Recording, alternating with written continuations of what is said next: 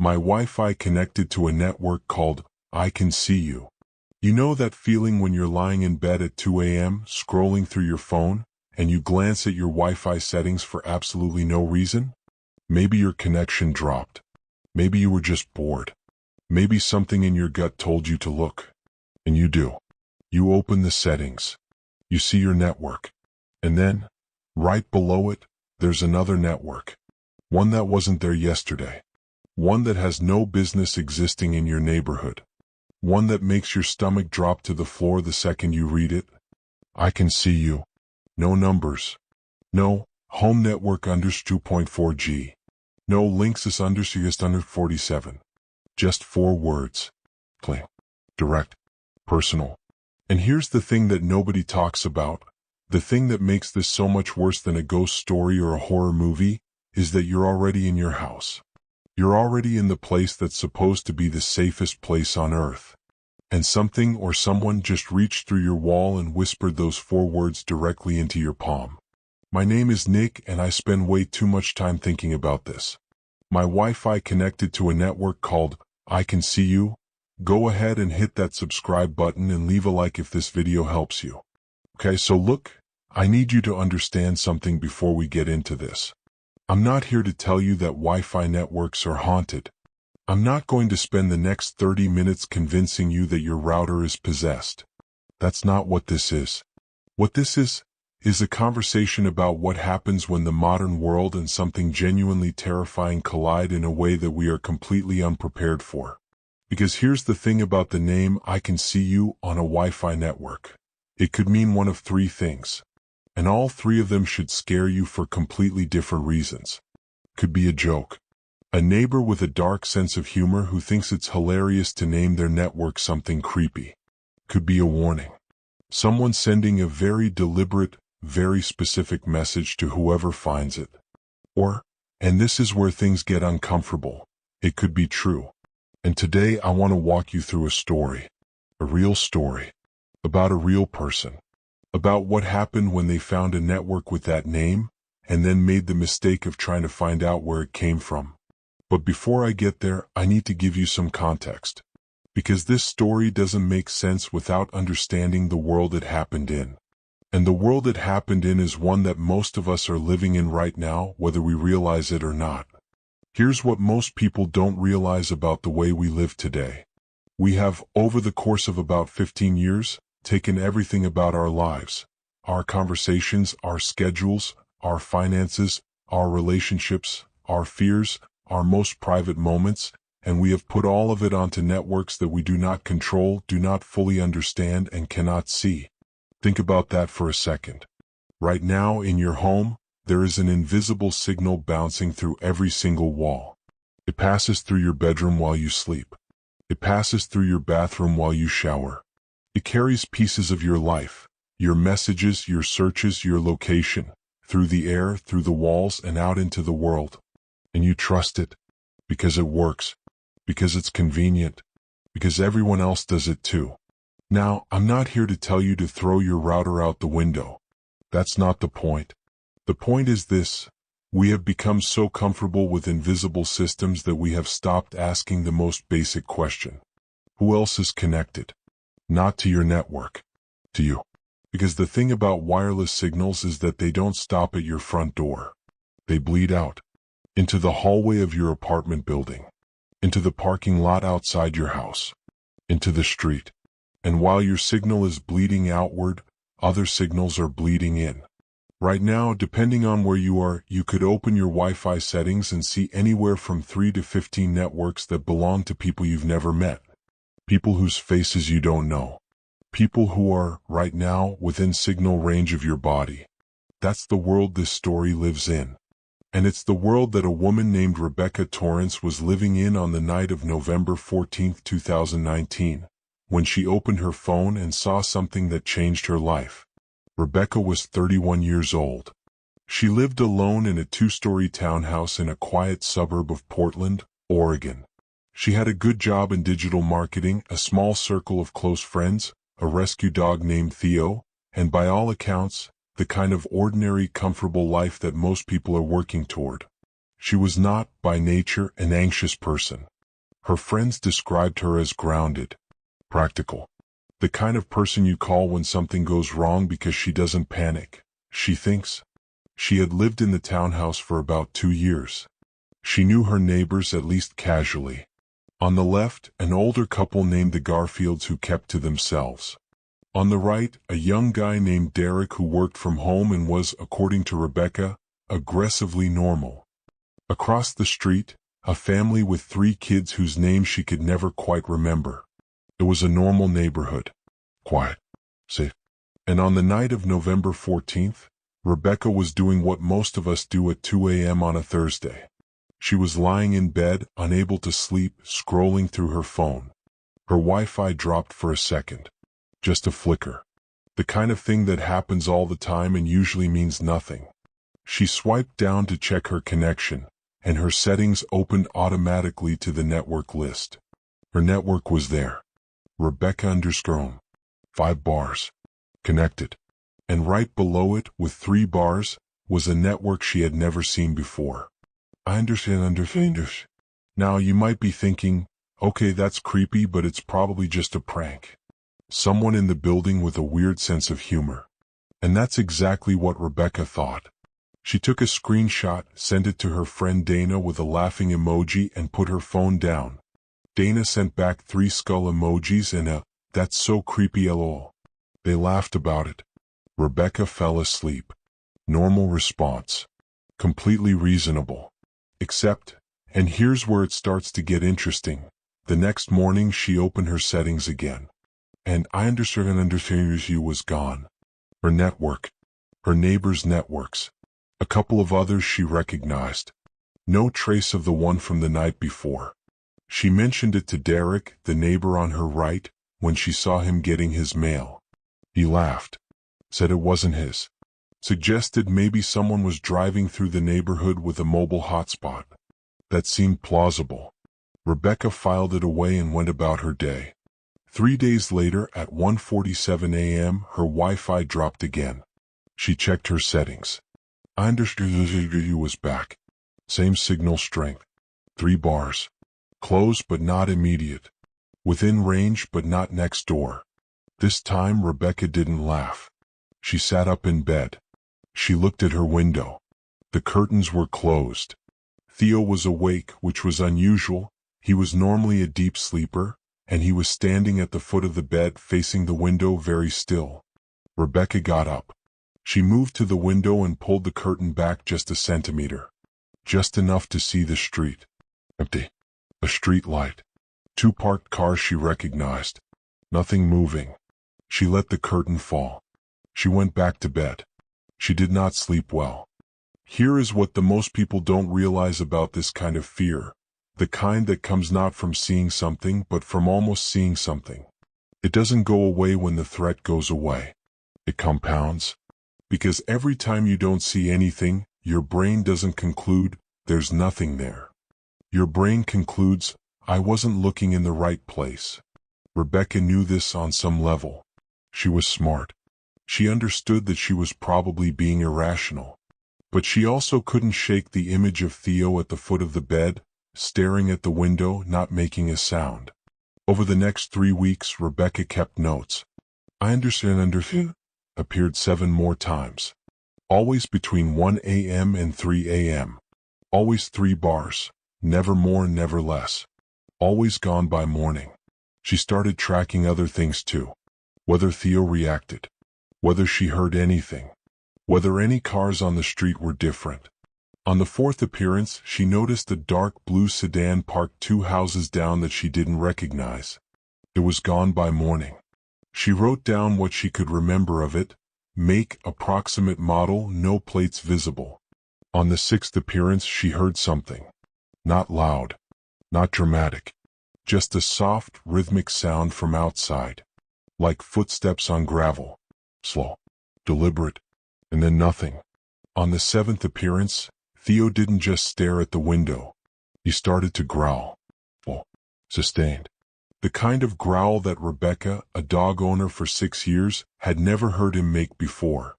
She called the non-emergency police line the next morning. She explained what had been happening.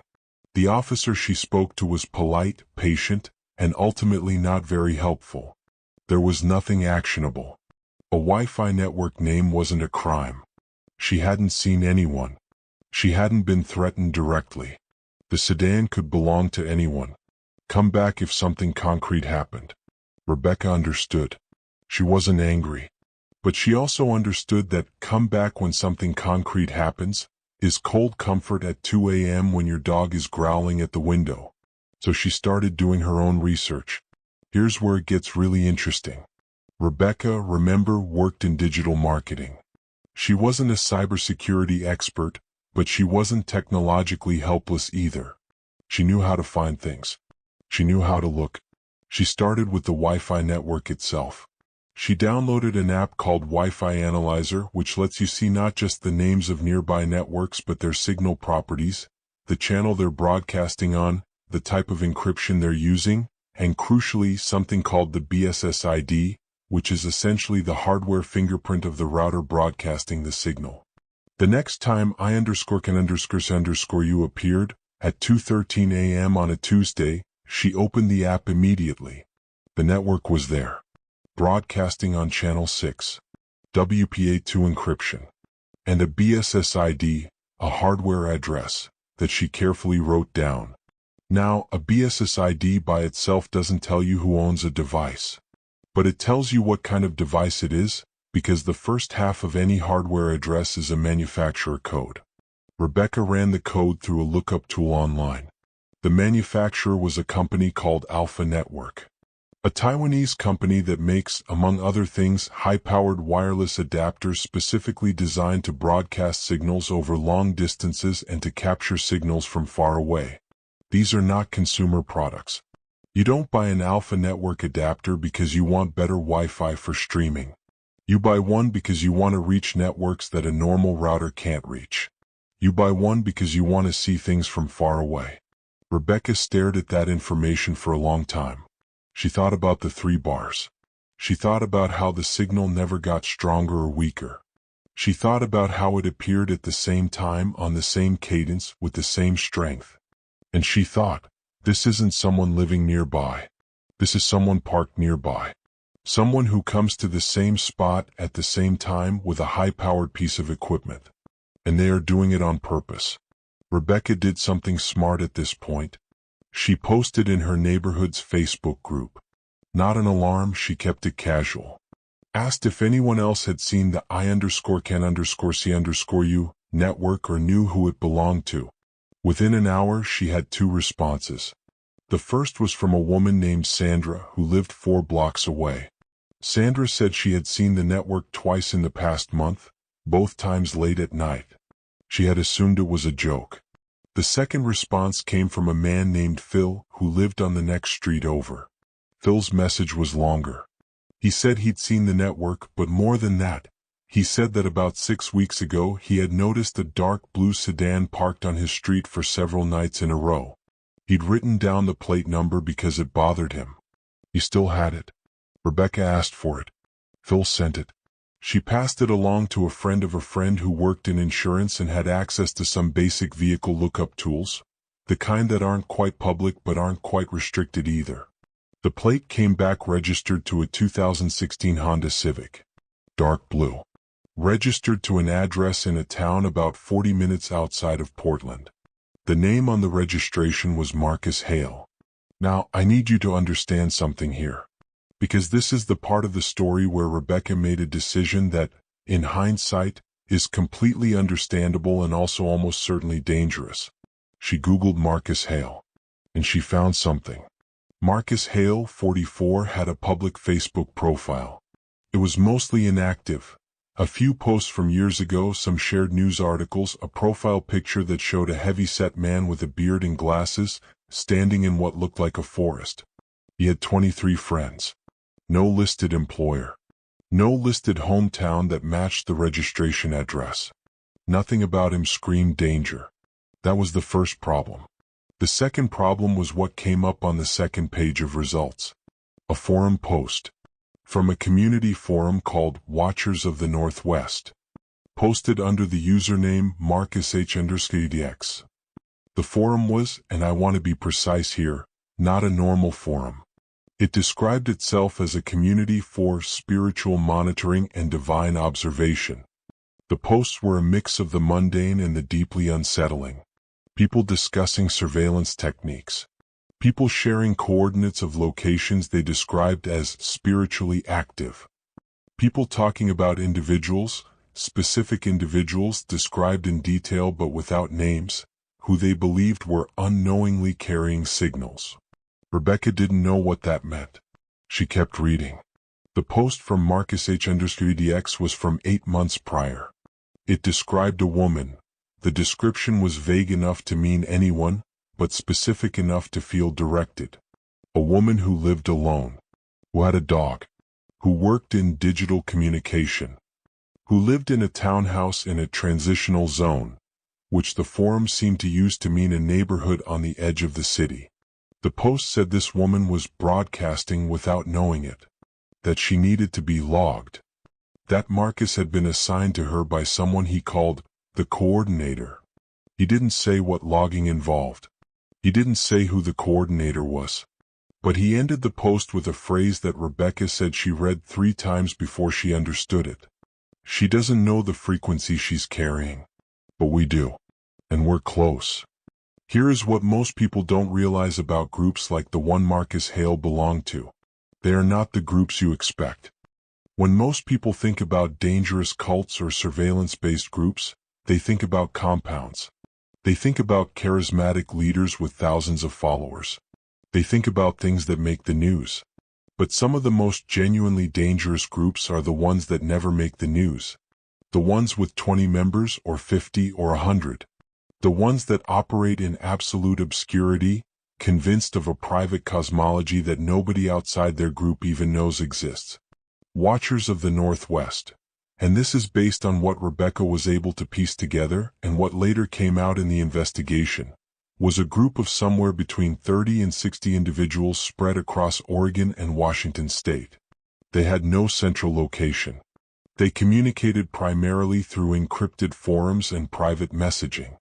They believed, based on a theology that seemed to blend evangelical Christianity with something much darker and much older, that certain people in the world were marked, that they carried, unknowingly, a kind of spiritual signal that made them visible to forces that most people couldn't perceive. They did not believe they were doing anything wrong. This is crucial. They believed they were protecting the people they watched. Or at the very least, they believed they were fulfilling a sacred duty assigned to them by a higher power filtered through the instructions of someone they called the coordinator. The coordinator communicated with them through the forum and through private messages. Nobody in the group knew who the coordinator was in the physical world. Nobody had met them. Nobody had a name, a face, or a location. What they had were assignments. And Marcus Hale had been assigned to Rebecca Torrance. Rebecca did not confront Marcus Hale. I want to make that clear because some versions of this story suggest she did, and that's not what happened. What Rebecca did, and this shows the kind of clear thinking under pressure that I mentioned earlier, was go back to the police. But this time she didn't call the non-emergency line. She went in person. She brought her notes, her screenshots, the Wi-Fi analysis data, Phil's corroborating account, and a printed copy of the forum post. The detective she spoke to, a woman named Torres, took it seriously.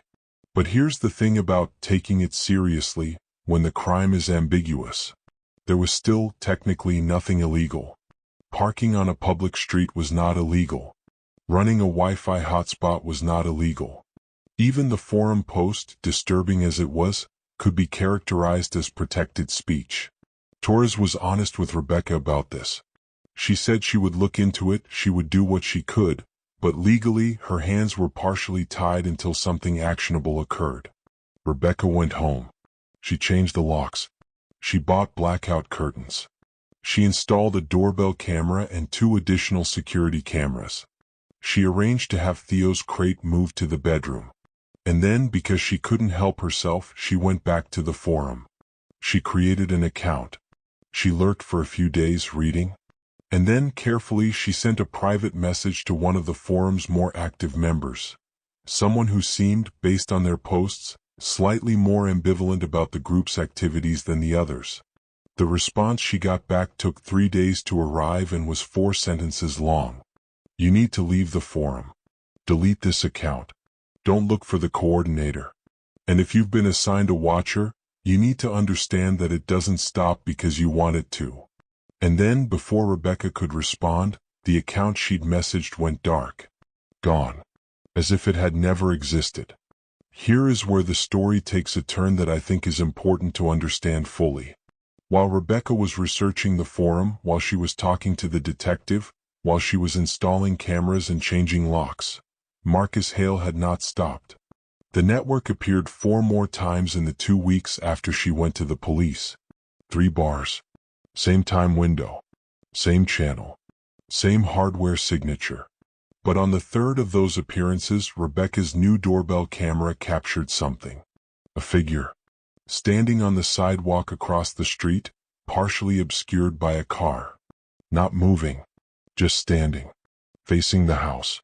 The footage was low resolution. It was a budget camera and it was nighttime. You couldn't make out a face. You couldn't confirm it was Marcus Hale. But you could see the figure was holding something. Something rectangular. Something that, Torres noted when Rebecca brought her the footage, was consistent in size and shape with a laptop or a tablet. Torres ran the plate again. This time with more context. And this time, something came back that hadn't come up in the insurance lookup. Marcus Hale had a prior. From 11 years ago in a different state. It wasn't violent. It was a stalking charge, reduced to harassment, probation, no jail time. The victim was a woman who had lived alone. The case file described a period of sustained surveillance that had lasted almost 8 months before the victim reported it. 8 months. The language in the case file, Torres told Rebecca, was almost identical to what was happening now. The nighttime appearances. The documentation. The subject who seemed to believe entirely sincerely that what they were doing was justified. The prior gave Torres what she needed to move. Marcus Hale was taken into custody on a Tuesday afternoon in December 2019. He was charged with stalking, criminal harassment, and violation of a previous restraining order from the out-of-state case that had apparently transferred with him when he moved to Oregon. When police executed the search warrant on his home, they found something that Rebecca would later describe as the most disturbing part of the entire experience. He had a room. A spare bedroom that had been converted into what the investigating officers described as a monitoring station. Multiple screens. 3 high-powered wireless adapters. The same Alpha Network brand Rebecca had identified. A whiteboard with handwritten notes. And on that whiteboard, among maps, coordinates, and technical notations, there were names. 8 names. Rebecca Torrance was one of them. The others were women, all living alone, all in the Portland metro area. Some had been monitored for weeks. One had been monitored for almost a year. None of the other women had known. Police also found printed copies of forum posts, a burner phone with encrypted messaging apps, and a notebook, handwritten hundreds of pages, that Marcus had titled on the cover page, The Log. It contained dates, times, observations, and what appeared to be a private theology. A detailed, internally consistent system of belief that explained why what he was doing was not only justified but necessary. Why these women were carrying frequencies that needed to be documented before the convergence. The convergence. He used that phrase dozens of times in the notebook. Nobody, not Torres, not the prosecutor, not the psychologist who later evaluated Marcus, could determine with certainty what he meant by it. He refused to explain it in any of his interviews. He sat quietly, answered procedural questions, and when asked about the coordinator or the convergence, he simply said, "You'll understand when it happens." He pled guilty in March 2020 and was sentenced to 4 years. The coordinator was never identified. The forum went offline 2 days after Marcus's arrest. It came back up 6 weeks later under a different name on a different server with most of the same members and a new set of assigned watchers. Now, I know some of you are listening to this and thinking, okay, this is a stalking case. A scary one, an unusual one, but ultimately just a crime. A mentally ill man who built a delusional system around his behavior. And look, you're not wrong about the surface of it. That's exactly what the legal system saw. That's exactly what Marcus Hale's defense attorney argued, and it's the argument that ultimately informed his reduced sentence. But here's what I keep coming back to. Here's what I can't let go of. Marcus Hale was not alone. The group had 30 to 60 members. They were spread across 2 states. They had encrypted communication infrastructure. They had a leadership structure with at least one person, the coordinator, who was sophisticated enough to build and maintain all of that and to disappear completely when law enforcement came looking. And the theology they operated under, the belief in frequencies, in marked individuals, in a coming convergence, didn't emerge from nothing. It had roots, old roots. The psychologist who evaluated Marcus during the legal proceedings, a Dr. Patricia Avini, published a paper about the case, with identifying details changed, in a journal on new religious movements in 2021. She described what she called surveillance theology, a belief system in which divine will is expressed through the act of watching, in which the watcher is not a predator but a guardian, appointed by a power higher than themselves, in which the person being watched is not a victim but a subject, someone carrying something sacred that they themselves cannot perceive. She traced this kind of belief back through history, to certain strains of Puritan theology, in which community members were expected to monitor one another for signs of spiritual corruption, to certain medieval Catholic traditions of spiritual direction, which at their most extreme became mechanisms of control and observation, to shamanic traditions, distorted, detached from their cultural context, in which a spiritual practitioner might track a person across physical and spiritual distances. None of those traditions are inherently dangerous. Most of them, in their original contexts, were practices of care and community. But remove the context. Add isolation. Add the internet. Add a charismatic, anonymous figure who calls himself the coordinator and assigns people to be watched. And what you get is something that looks from the outside like modern paranoia, but feels from the inside like divine purpose. And that is genuinely terrifying. Because it means that for Marcus Hale and for the 30 to 60 people in his group, and for however many groups like his exist right now, in cities and suburbs across the country, what they were doing was righteous. It was holy. And it was never going to stop based on the feelings of the person being watched. Because to them, the person being watched didn't get a vote. Here's what I find myself thinking about more than anything else in this story. The name. The Wi-Fi network name. I understand.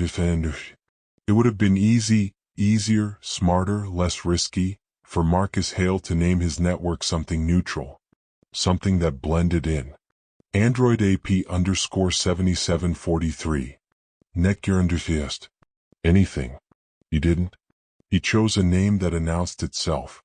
A name that was, in every meaningful way, a message. Now Dr. Avini's paper touches on this. She suggests that the name was not an accident and not a taunt. It was, in the theology Marcus operated under, a notification. A kind of spiritual courtesy. The belief being that to watch someone without their knowledge was permissible, was in fact required, but that some part of the watcher's practice involved making the watched person aware that they were being seen, even if they didn't understand what they were seeing. Because in this theology, being seen is not a violation. Being seen is a grace. Being watched means you matter. Being watched means you've been chosen. Being watched means that whatever frequency you're carrying, whatever invisible, sacred thing lives inside you that you've never been able to perceive yourself, has been noticed by someone who understands it. That is seductive. On some level, to some part of every human being, that is seductive. We all want to matter. We all want to be seen. We all carry something inside us that we suspect is significant and that we've never quite been able to articulate. And here comes a theology, warped, dangerous, predatory as it is, that says, you're right. You do carry something. And we see it. And we are with you. That is the hook. And that is what makes this more than a crime story. It's a story about the places in human longing that darkness knows how to find. Rebecca Torrance moved in February 2020. She left the townhouse, left the neighborhood, went to stay with family for several months. By the time Marcus Hale pled guilty, she was living in a different city. She gave a statement to Dr. Avini for the paper, anonymized. The part that Avini quoted, and that has stayed with me ever since I read it, was this. The worst part wasn't finding out what he believed. The worst part was finding out how long he'd been doing it before I noticed. And then asking myself, if the network had never shown up, would I have ever known? Would I still be there, in that house, in that bed with him parked on my street while I slept? And the answer almost certainly is yes. Because here's the thing about surveillance. Real surveillance. Patient, systematic, belief-driven surveillance. It's designed not to be noticed.